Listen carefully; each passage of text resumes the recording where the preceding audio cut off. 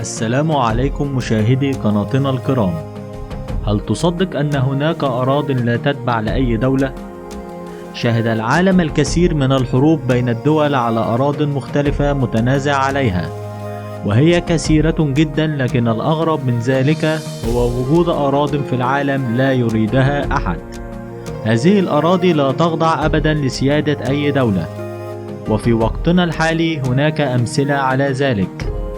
الأرض الأولى، أرض تسمى بير طويل، وهي جزء من الأرض تقع بين مصر والسودان، وهي أرض غير ساحلية أي صحراوية، مساحتها 2060 كيلومتر مربع، أي ما يعادل 3 أضعاف مساحة دولة البحرين. وهذه الأرض لا تعترف بها مصر ولا السودان، لكن لماذا؟ في أواخر القرن 19 قامت بريطانيا باحتلال مصر والسودان، حيث كانتا جزءا من هذه الإمبراطورية.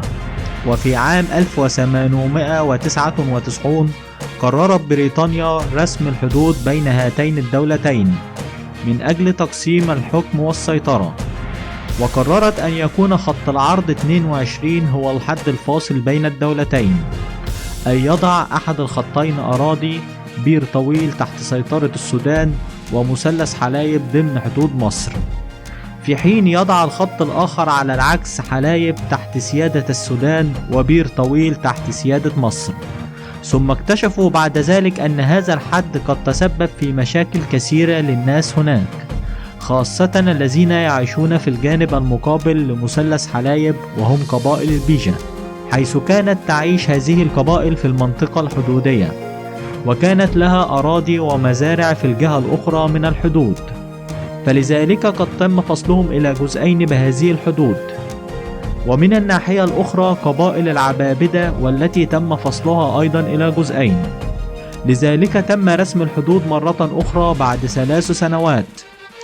وعندما انتهى الاحتلال البريطاني واستقلت كلا الدولتين، اختارت مصر حدود عام 1899 كحدود للدولة، بينما اختارت السودان حدود 1902 كحدود للدولة. هذا بالطبع خلق مشاكل كثيرة، فقد تمسك كل من البلدين بالخط الحدودي الذي يتيح له الحصول على مثلث حلايب، والذي هو أكبر بكثير مساحة من بير طويل ويطل على البحر الأحمر. المشكلة أن هذه الأرض لا تعترف بها أي دولة، وأصبحت هذه المنطقة بلا مالك، وإن كانت المنطقة تخضع للسيطرة المصرية من حيث الواقع، على الرغم من أنها لا تظهر على الخرائط المصرية الرسمية. وعند وجود أرض بلا مالك، نظريا يمكن لأي شخص أو كيان في العالم اعتبارها ملكا له. ففي عام 2014 قام مواطن أمريكي يدعى جيرميا هيتون بالسفر إلى هذه المنطقة، وقام برفع علما في بير طويل، وأعلن عن قيام دولة ذات سيادة جديدة فيها، وأطلق عليها اسم مملكة شمال السودان، وقام بتعيين نفسه المالك. كل هذا فقط من أجل أن تكون ابنته أميرة حقيقية، وذلك في محاولة لتحقيق حلم راود ابنته ذات ال7 أعوام آنذاك في أن تصبح أميرة. لذلك قام بهذه الخطوة، وظل يبحث في العالم عن أماكن لا سيادة عليها من دولة إلى أخرى، حتى عثر على أراضي بير طويل.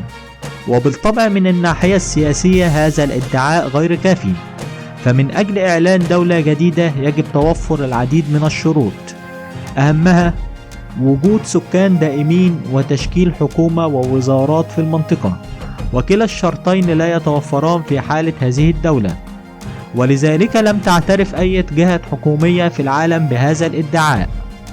الأرض الثانية، دولة تسمى ليبرالاند، هي أرض تقع بين دولتي صربيا وكرواتيا في جنوب شرق أوروبا، تبلغ مساحتها 7 كيلومتر، حيث تم الاتفاق سابقا أن تكون الحدود بينهم نهر الدانوب، لكن مع مرور الأيام تغير مسار جريان النهر، مما أدى على خلق أراضٍ جديدة.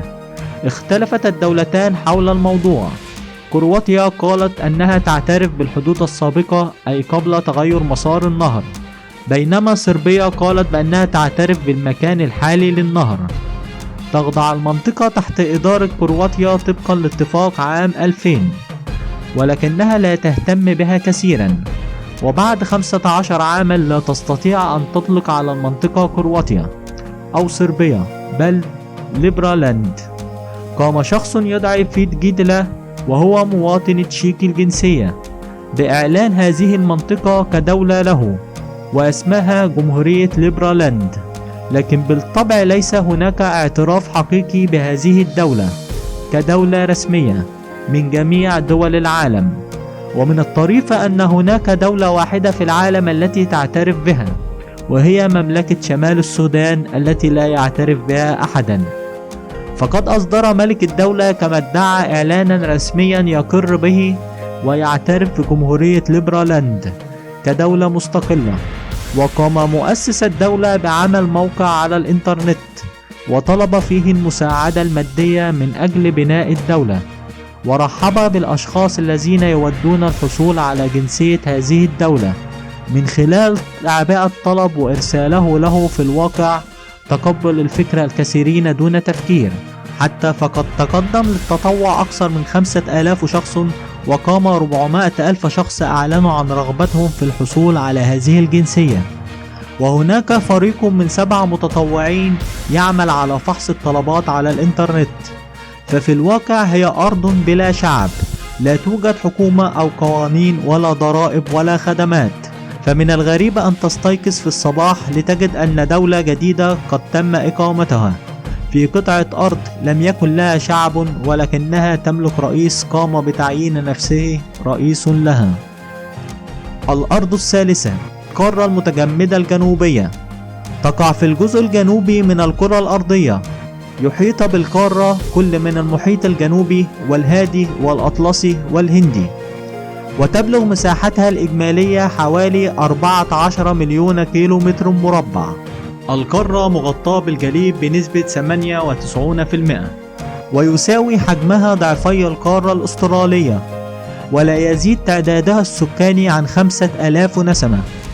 هناك 7 دول تملك أجزاء من هذه القارة، وهم المملكة المتحدة والنرويج واستراليا وفرنسا ونيوزيلندا وتشيلي والأرجنتين.